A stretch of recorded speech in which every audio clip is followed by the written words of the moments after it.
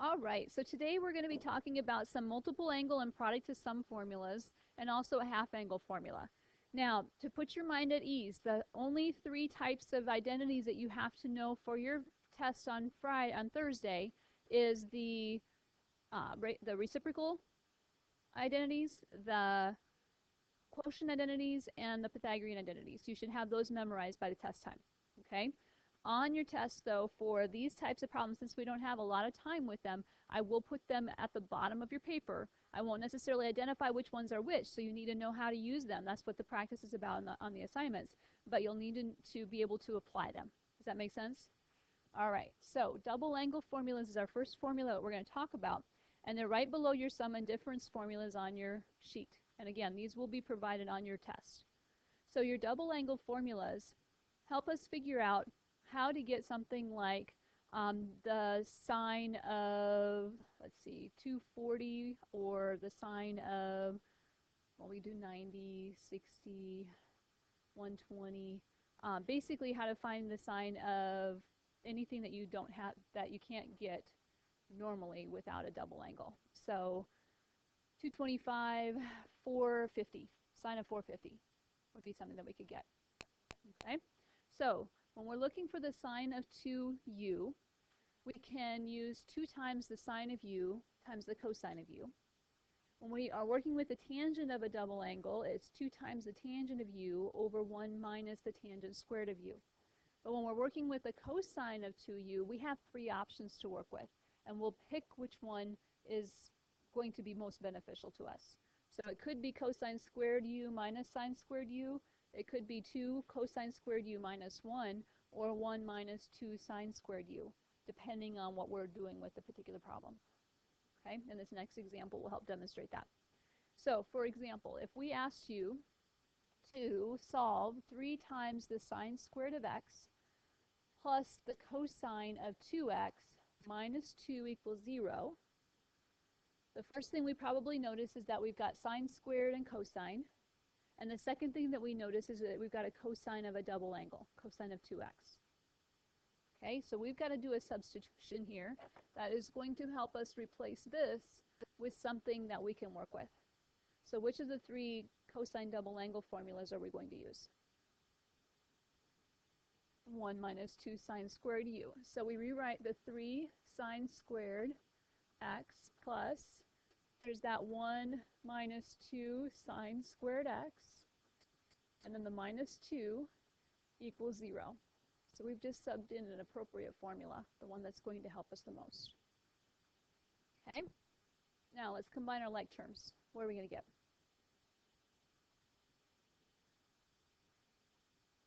Sine squared x, right? 3 sine squared minus 2 sine squared is sine squared x. And then 1 minus 2, minus 1.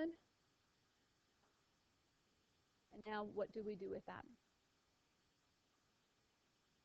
We could add the 1 over and then take the square root, making sure we do our plus or minus, right? Or we could factor difference of 2 squares. This is a perfect square with a minus in the middle and a perfect square. So either way, as long as we remember to include our plus or minus when we take our square root,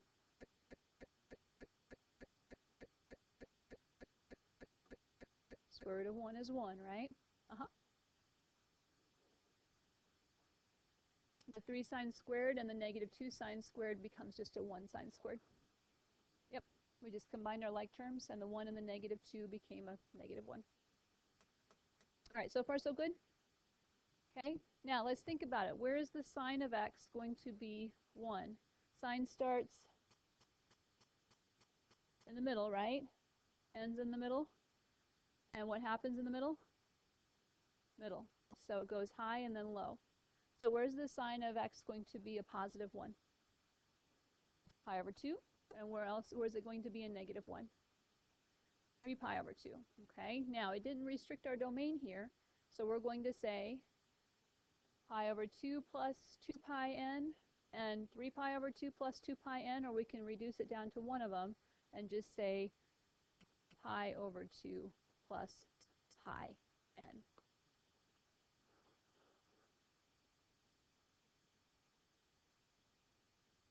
Make sense? All right. Questions on this one? All right, that's an example of our double angle formulas. Okay, now our double angle formulas are not restricted to 2 theta and theta. Okay, we can say, let's rewrite the sine of 4x using the double angle formula. Bless you. Okay, so what was the sine of 2x? That said do what?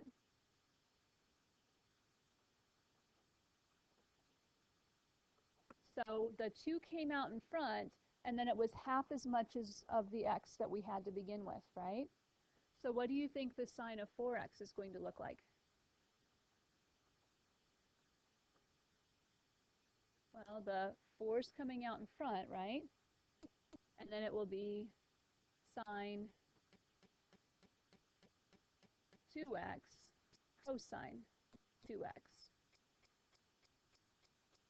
Make sense? And then we could ask you to further reduce that down, right?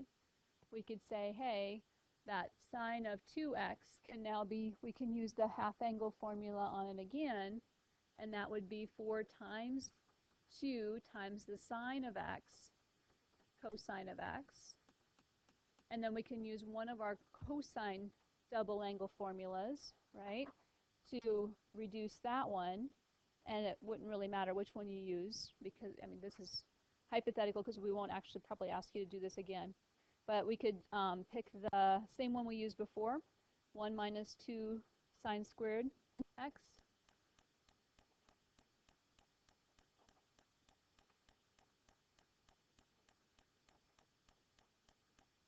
So we would have 8 sine of x cosine x times 1 minus 2 sine squared x. Okay? So we can use that double angle formula with things other than just 2x or 2u.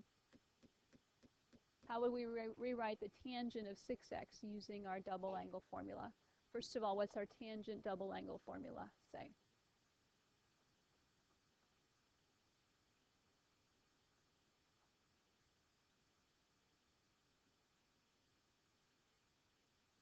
To tangent of 1x, right, over 1 minus tangent squared of 1x.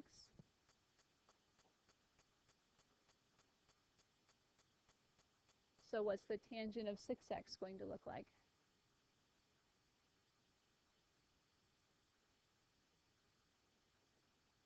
Good.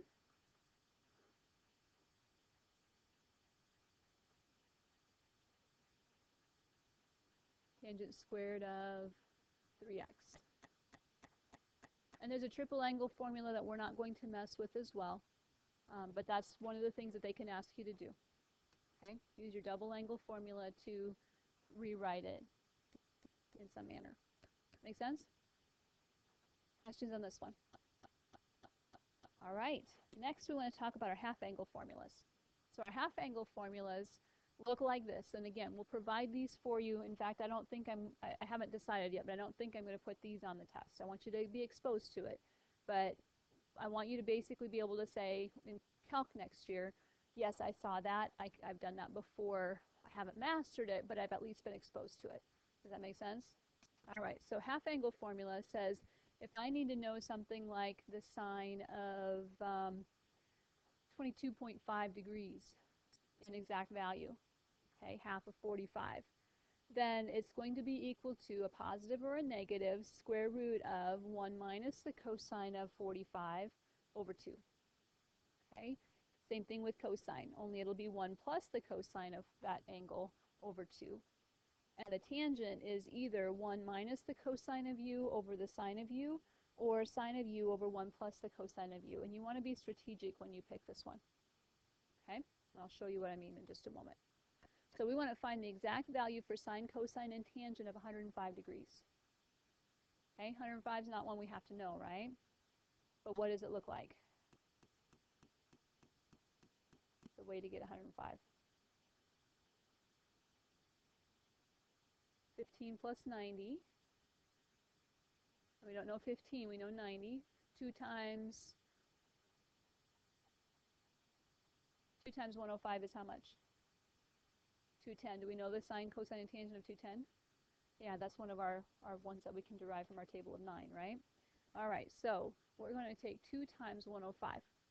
So if we want the sine of 2 times 105, okay, which is 210 divided by 2, make sense? Okay, then we need to do a plus or minus 1 minus the cosine of 210 over 2. Okay, now let's think about where we're at. Cosine of 210. Sorry, cosine of 105. Which quadrant is the 105 going to be in? Second. Okay, so if we're in the second quadrant,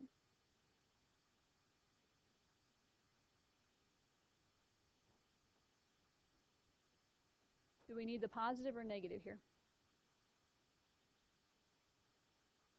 For sine.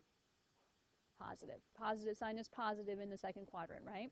Okay, so we need the positive for this, and we're going to say, well, what is 1 minus the cosine of 210? So 210 is a what degree angle? 30-degree angle in the third quadrant, right? Okay, what's cosine of 30?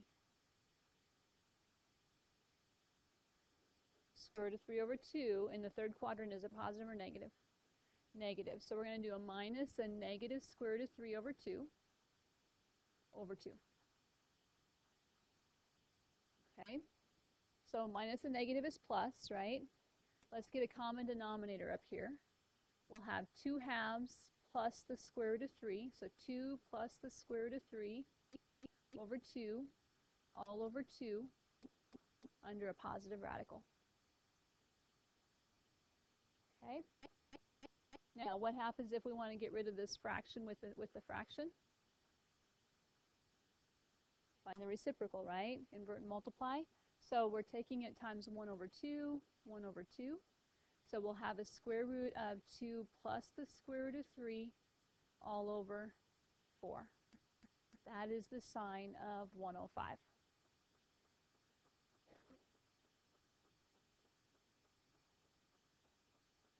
Okay? So far, so good? Good news is the heavy lifting's done. Cosine's easy now that we've done sine. So the cosine of 210 over 2 is going to be equal to, all right, is the cosine positive or negative at 105 degrees? Negative. So we want the negative of our square root. Okay.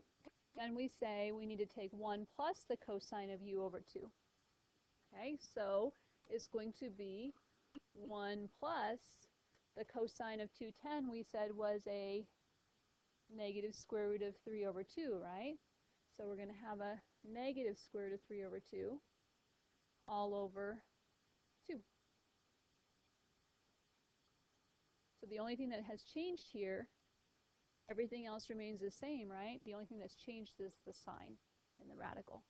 So we're going to have a negative on the outside because we're in the second quadrant and we're working with cosine, but we'll have a 2 minus the square root of 3 over 4 when it's all said and done.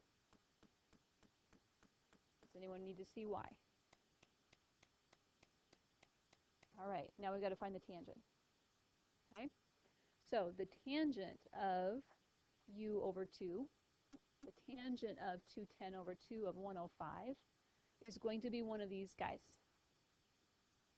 Okay, so now think about it. Is it better to have a sine of 30 or a cosine of 30 in our denominator?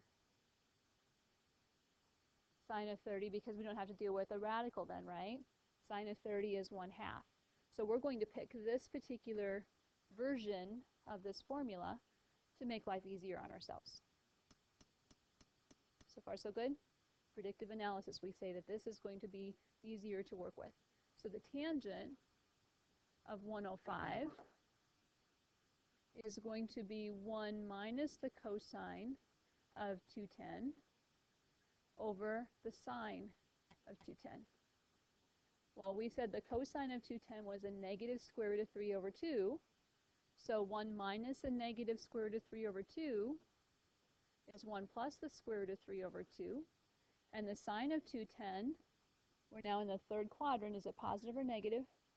Negative 1/2. It's a 30-degree angle in that third quadrant. Okay? So this is 2 plus the square root of 3 over 2 over a negative 1/2.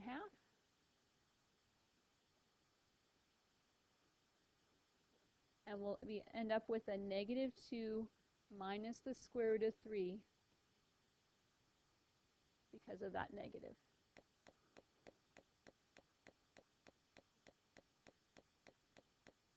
Make sense? Questions on this one? You can make your life easier if you pick the right formula. Okay? Not that these are easy, right? We're dealing with lots of fractions. All right. Power reducers. Okay? On your sheet, we also have the power reducing formulas. So if you need to reduce sine squared u into something else, and not just replace it with 1 minus cosine squared u with a Pythagorean identity, we can use 1 minus cosine 2u over 2. And the cosine squared of u is 1 plus the cosine of 2u over 2. And the tangent is the sine over the cosine. So 1 minus cosine of 2u over 1 plus cosine of 2u. And again, these formulas will be provided on your test. So don't stress about which formula or how to memorizing the formulas, just which ones to use and when to use them, how to apply them. So far, so good?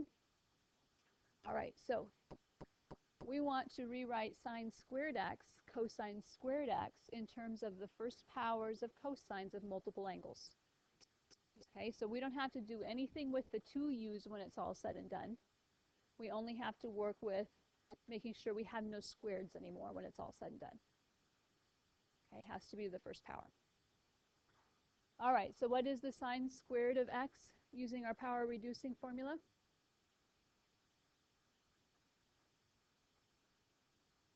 Over 2, right?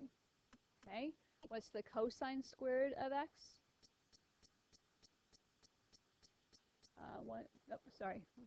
1 plus the cosine of 2x all over 2. Okay? So we sub those in. Now we just have to multiply. Okay? What happens if we take 1 times 1? Outsides, positive cosine 2x. Insides, negative cosine 2x. They go away, right? But what happens if we take our last times our last? 2x, right? All over 4. Okay? So that wasn't too bad, but we're not done. We can keep the 2x stuff, but we can't leave this as a cosine squared. So we have to use our power reducer one more time. Okay? So far, so good? All right, so here's what happens when we do that. We're going to substitute this in everywhere we see this. Okay, this is going in here.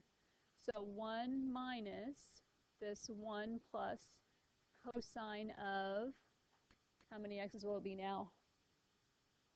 4x, it's going to double it, right? All over 2, right? And this whole thing is over that 4. Heavy-duty fractions today. Okay? Now let's clean it up. Okay, we've got a mess on aisle 4. Let's clean up our mess. Common denominator, 2 over 2, right? So we'll have a 2 minus 1 plus cosine 4x over that common denominator of 2. What's 2 minus 1? 1. So we'll have a 1 minus, plus cosine of 4x over 2. And that's over 4 over 1. So let's invert and multiply. And we're going to get 1 plus the cosine of 4x all over 8.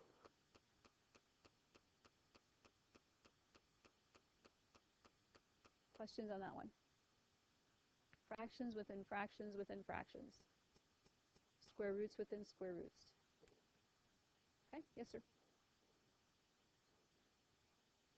Yep, trying to simplify this with multiple angles, but we can't have squares left when it's all said and done. Okay?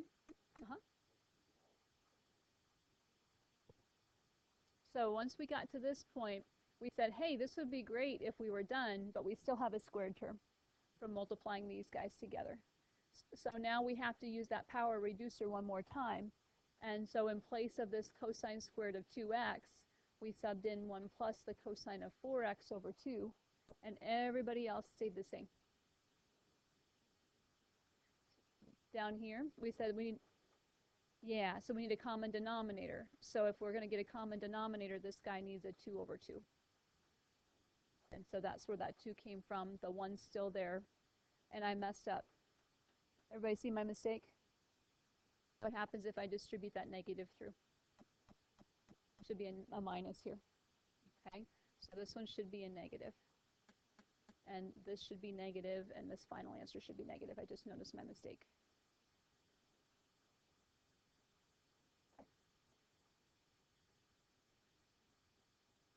Okay.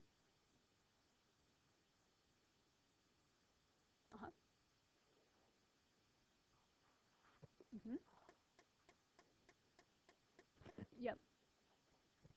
Yep. Because it was before we had a plain old cosine squared of x, right? So when we reduce the power, it increases the multiple by the x. And so reducing the power again is going to increase the multiple by 2, or double the multiple. Okay? Other questions on power reducer? All right.